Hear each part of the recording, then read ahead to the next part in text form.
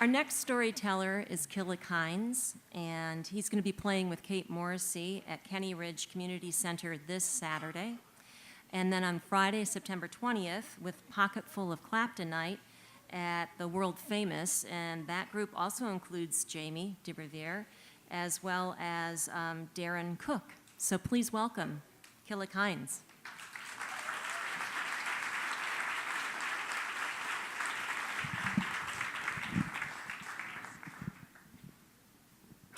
So in the summer of 2001, I was in Paris, France, with my wife and another good friend who was actually the best person at our wedding.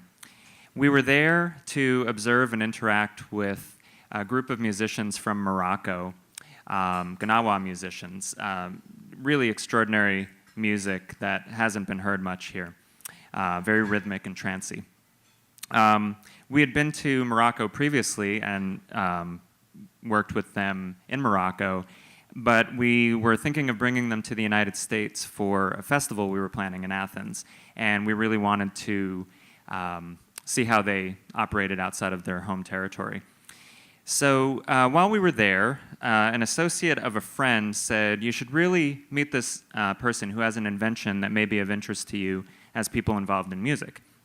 So we were directed to a law office. We went in. We told the secretary we were here from the United States to see about this invention.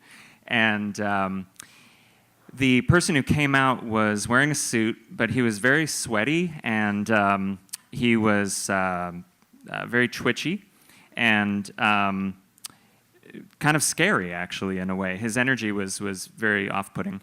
And so he said, "Well, I do have an invention, and it's really best experienced in my car." So at this point, we thought we were going to be killed. Actually, we knew we were going to be killed.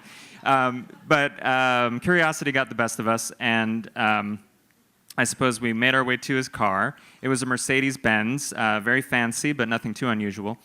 And he said, "Let's get in," and he's going to play us some music. So the dashboard had these two little butterfly-shaped metal plates on either end, and they were attached to wires to the CD player.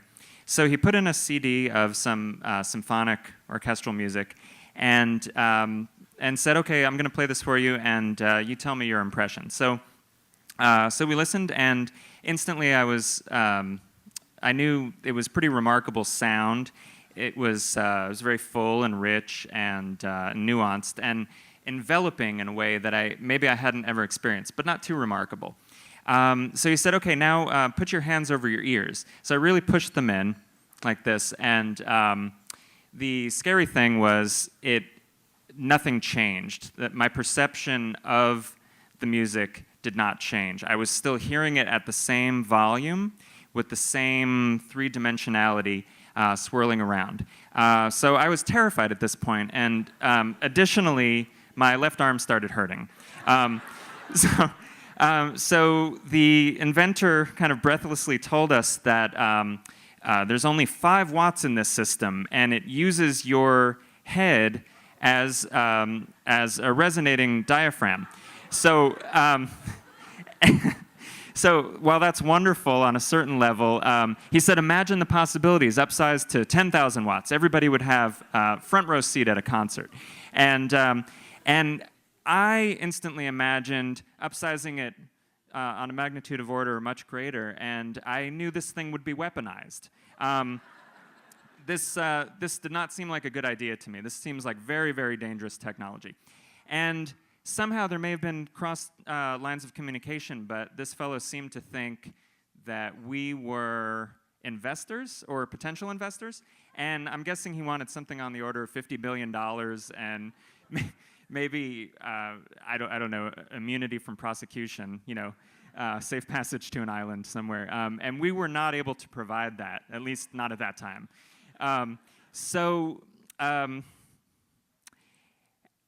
I think the depth of fear that I experienced about the potential for destruction with this invention, with this device, brought me to a new level of understanding. I'd always known the power of music but generally for good, for positive purposes. And this was something entirely different, at least potentially. So it was kind of a pivotal point for me in my own development, just as a person and certainly as a musician.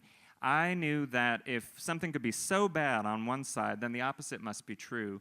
That that great good could come from more careful application of sound as a means of communication. And I, at that point, really decided I was going to devote my life to getting in front of as many people as possible, whenever possible, wherever possible. So that would generally mean traveling, and usually by myself, since I'm primarily a solo artist. It kind of dovetailed neatly with early experiences I'd had. I was born in New Jersey, and at 3 weeks of age, moved to Japan. And some of my earliest impressions are of my mom taking me around on a bicycle, and just the sights and sounds and the kind of quiet drone of life moving by. So there was constant motion in my upbringing.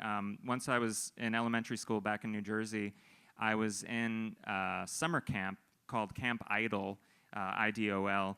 I know the name would not stand in the South, but it actually just meant Lodi backwards, and Lodi would not stand in the South if you've ever been there. It's a nice town. So every day we would get on a school bus and travel somewhere. We'd go to a pool, we'd go to a park, we'd go to a museum, and I loved that, and that was wonderful, but what I really loved was the process, just getting somewhere. The same effect, just faster, 50 miles an hour instead of 10. And that was a constant companion for me, which actually worked very well as an adult. My aesthetic sensibility being shaped by Japan with small multi-use spaces works out very well for traveling in a small car with my Tetris puzzle configuration of gear, and I end up sleeping on top of it very comfortably. I always sleep at rest stops in front of the sign that says no sleeping at this rest stop. That's the best place. Nobody looks there. So basically, I travel as much as I can to get in front of people. And again, I bring all my things. It's like bringing my living room to someone else's living room or sacred space. I'm comfortable, and that creates conditions for other people to be comfortable, hopefully. And I offer my information that I have access to freely, and without any censorship or agenda. Now, as far as the Moroccan musicians go, we never did end up working with them. One of the members defected from Morocco to Paris on the last day. He wanted to pursue art and be with his family, as we found out later.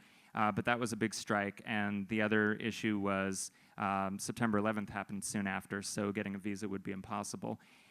And I have not heard about our sweaty inventor friends thing. And thankfully, I would say, but I am still at it. I am still connecting and hopefully spreading some love and joy in the process. So thank you for listening.